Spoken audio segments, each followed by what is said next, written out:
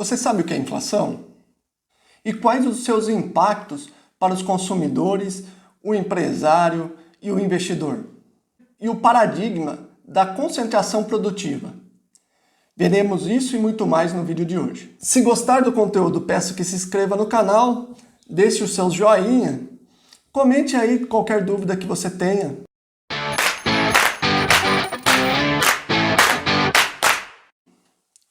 Olá, tudo bem com vocês? Para quem é novo no canal, eu sou o Professor César e hoje vamos falar de inflação. Mas afinal de contas, por que eu escolhi esse tema? Esse tema veio à tona a semana passada com a declaração do Paulo Guedes que ele via hiperinflação aí pela frente. Pensando nisso, a maioria das pessoas não sabe qual é o impacto da inflação. Na verdade, até sabe no dia a dia, mas não se dá conta do que é. Inflação nada mais é um nome bonitinho para aumento de preço. Vamos usar uma situação hipotética. Vamos supor que você compra no supermercado um produto por R$1 e no próximo mês você vai comprar ele, teve um aumento de preço de 50%. Ou seja, passou de R$1 para R$1,50. Dizemos aí que a inflação foi de 50 centavos ou de 50%. O preço aumentou, né? Passou de R$1 para R$1,50. Isso é inflação. E quando abaixa o preço? Quando abaixa o preço, nós chamamos de deflação. Exemplo, um produto custa R$1 e vai para 90 centavos. Dizemos nesse caso que tivemos uma deflação de 10%. Tudo bem, já entendi o que é inflação, mas como isso influencia a minha vida? Bom, influencia a vida do trabalhador da seguinte maneira, o consumidor. Se você trabalha e vende o seu trabalho por um valor fixo no mês, se aumenta muito o preço dos produtos, você perde poder de compra. Mas afinal, o que é poder de compra? Poder de compra é, com aquela quantidade de dinheiro que eu tenho no mês, eu já não compro a mesma quantidade de produtos. Vamos supor que você é uma família que vive de um salário mínimo. Eu não estou dizendo que você ganha um salário mínimo, estou dizendo que a sua família ganha um salário mínimo. E vamos supor que só alimentação a sua família gaste R$400.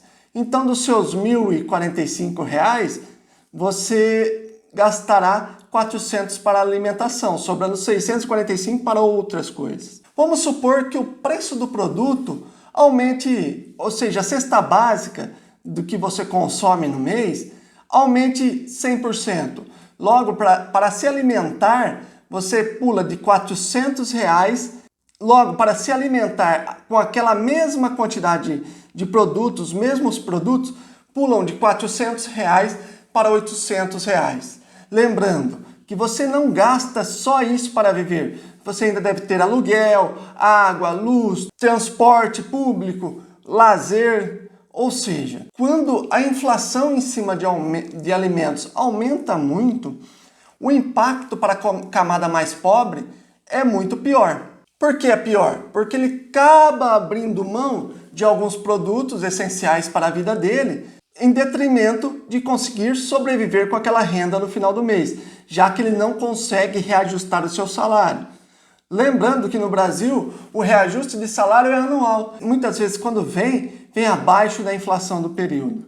E aí você perde o tal poder de compra. Tá, já entendi como isso influencia a vida do consumidor e como isso massacra muito mais o consumidor de baixa renda. Qual que é o impacto da inflação no empresário? O empresário, ele consegue reajustar, passar essa inflação para frente. Se houve inflação no período, o que ele faz com o produto dele, caso haja margem devido à sua concorrência, ele repassará essa inflação no preço do seu produto.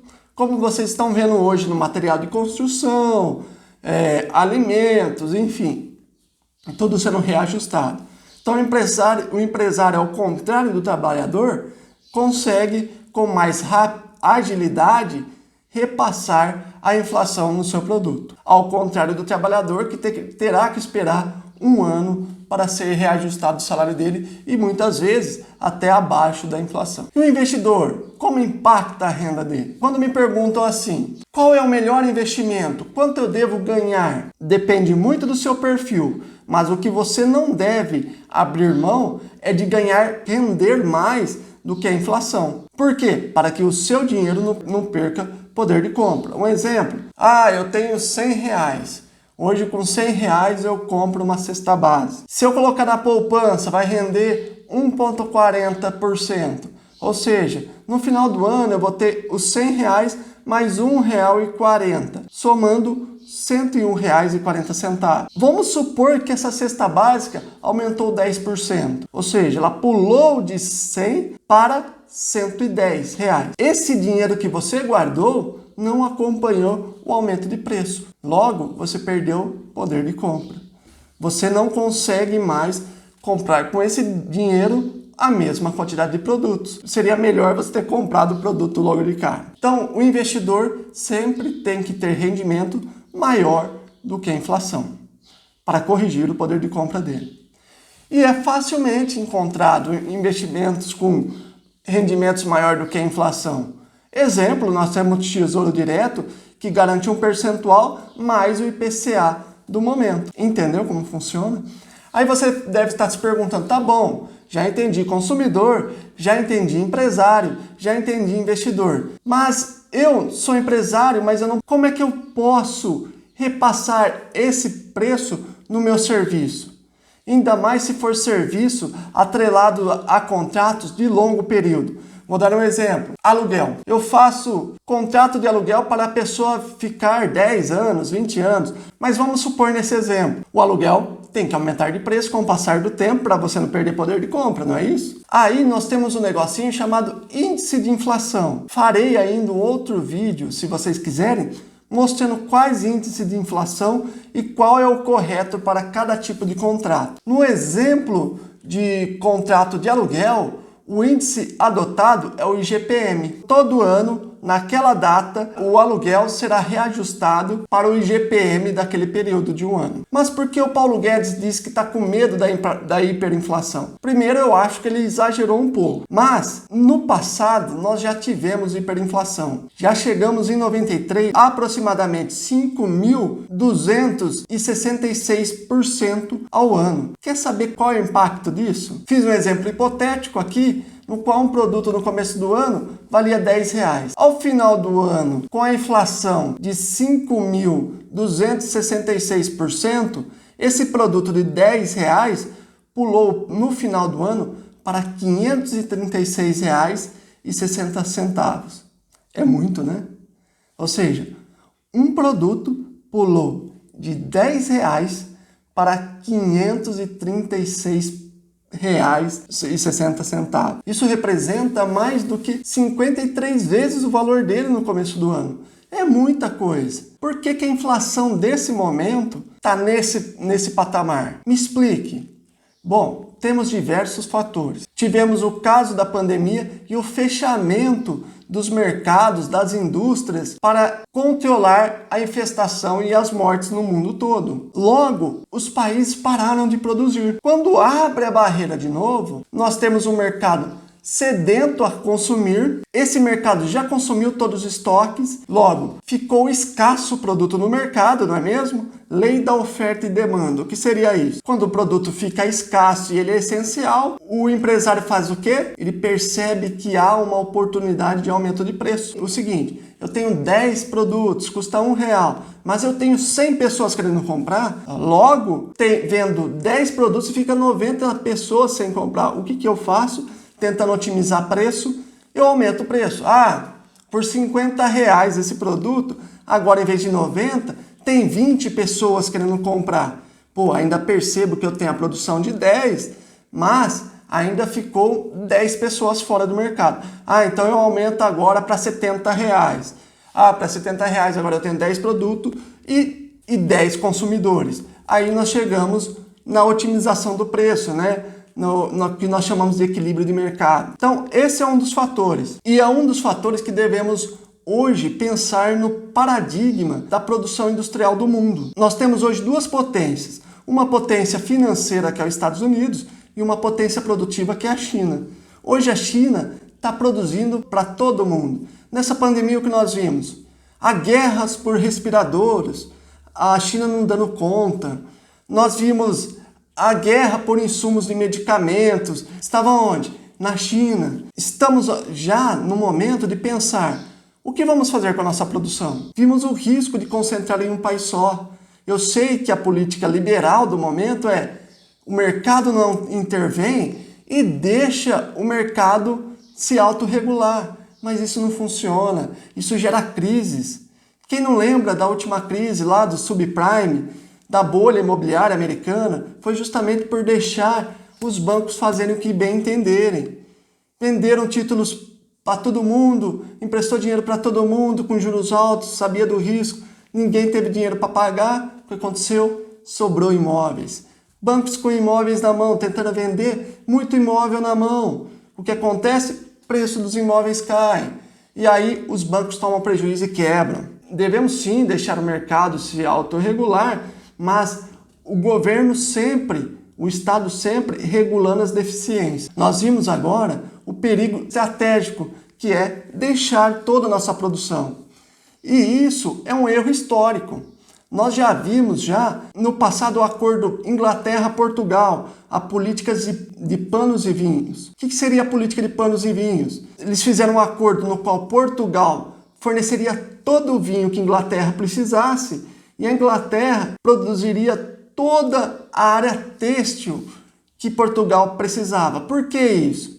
Porque eles diziam o seguinte: a Inglaterra não conseguia fazer vinhos de tão boa qualidade quanto a Portugal. E Portugal não conseguia concorrer com os produtos têxteis de melhor qualidade da Inglaterra.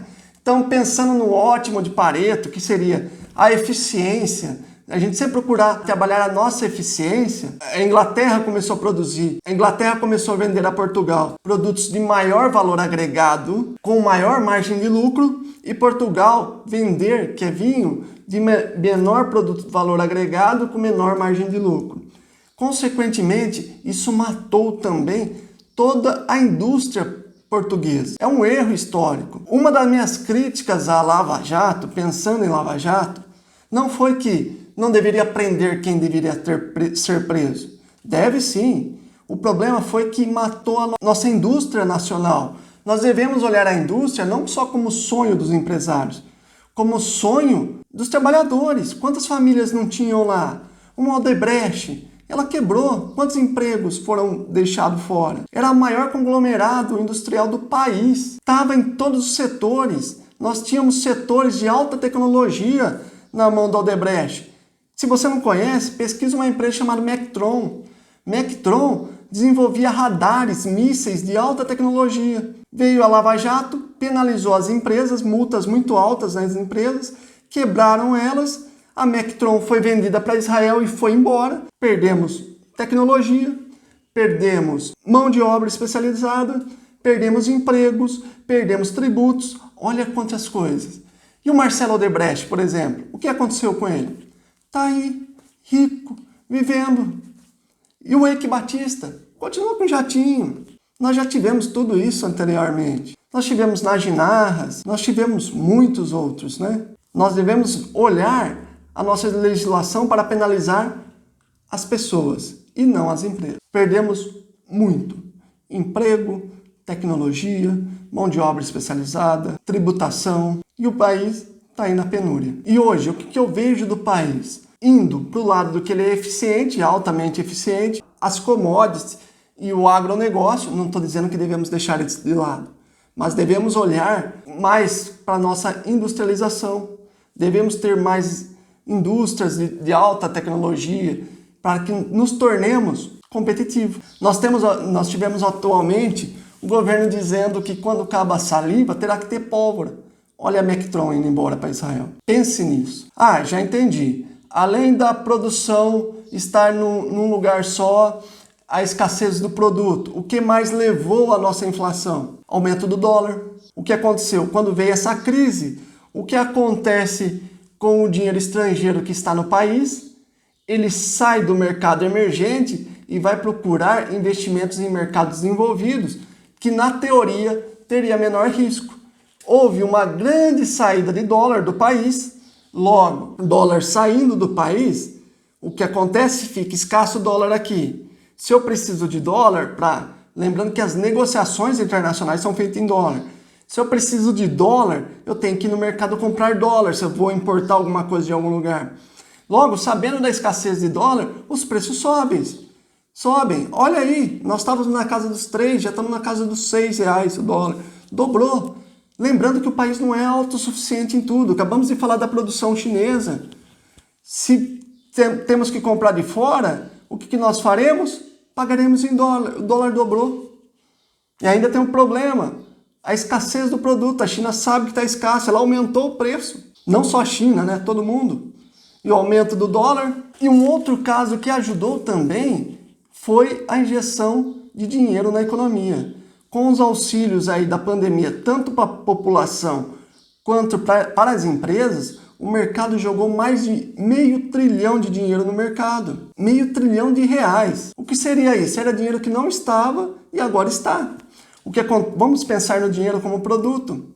Se antigamente eu tinha dinheiro em circulação que era escasso, agora que tem abundância de mais de R$500 bilhão, o que acontece com o valor do preço? O que acontece com o valor da moeda? Cai. Nós já vimos isso no passado, quando o Banco Central emitia dinheiro para pagar a dívida. Mas isso é um assunto para uma próxima aula. Agora, pensando em dólar alto. O dólar alto causa inflação, eu já entendi. Mas ele é totalmente ruim? Não. Para empresas exportadoras isso é ótimo. Imagine só, você tem um produto, ou seja, um produto que a gente tem abundância. Carne. Você tem carne aqui no mercado. Se antigamente a minha carne eu vendia a R$10 e o dólar para comprar, vamos no exemplo hipotético, R$1 para $1, logo lá fora a minha carne sairia por $10, né? Se está R$10 e para comprar $1 eu gasto R$1, eu venderei minha carne, o quilo de carne, a $10. Agora vamos pensar no exemplo hipotético, no qual para comprar $1 gaste agora R$5. Ou seja, $1, R$5. O produto que eu vendia a $10 lá fora para um, agora eu faço o seguinte, o meu produto custa R$10. Logo, em dólar, esses R$10 valendo R$5, $1, sairá lá fora por $2. A gente fica mais competitivo? Muito mais. Ou seja, o que a gente gastava, o que o mercado gastava $10 para consumir da gente, agora ele vai gastar $2, vão economizar 8. Mas como existe a tal da escassez, a indústria de carne percebeu também que poderia vender mais caro do que está vendendo. E aí o que acontece? Há uma pressão de que o produto nacional seja dolarizado, acompanhe a cotação internacional. Por isso que a carne subiu tanto. Para o exportador, ele está rindo à toa. Está ganhando dinheiro como nunca. Ou seja, percebeu que o exportador está ganhando muito dinheiro? Favorece. Então, e por importador? Lembrando que o país não é autossuficiente em tudo. Acabamos de dar exemplos dos respiradores, dos insumos, enfim. Para a importadora, sairá caro. Exemplo, saco do trigo está $10. R$1 para $1, eu vou pagar R$10. Agora, o mesmo saco do trigo está $10. $1 para R$5, eu vou pagar R$50. Ou seja, meu produto aumentou em 5 vezes. Olha o aumento. Tudo bem que tudo isso daqui é situação hipotética, mas eu estou mostrando para você como o dólar influencia a sua vida também. E qual que é a missão do governo? A missão do governo é achar um patamar de dólar que não penalize a população que precisa importar produtos, que nós não somos autossuficientes, e também não penalize as indústrias exportadoras. Se gostou do conteúdo, peço que se inscreva no canal, ative o sininho para que você seja lembrado toda vez que saia vídeo novo. Um grande abraço.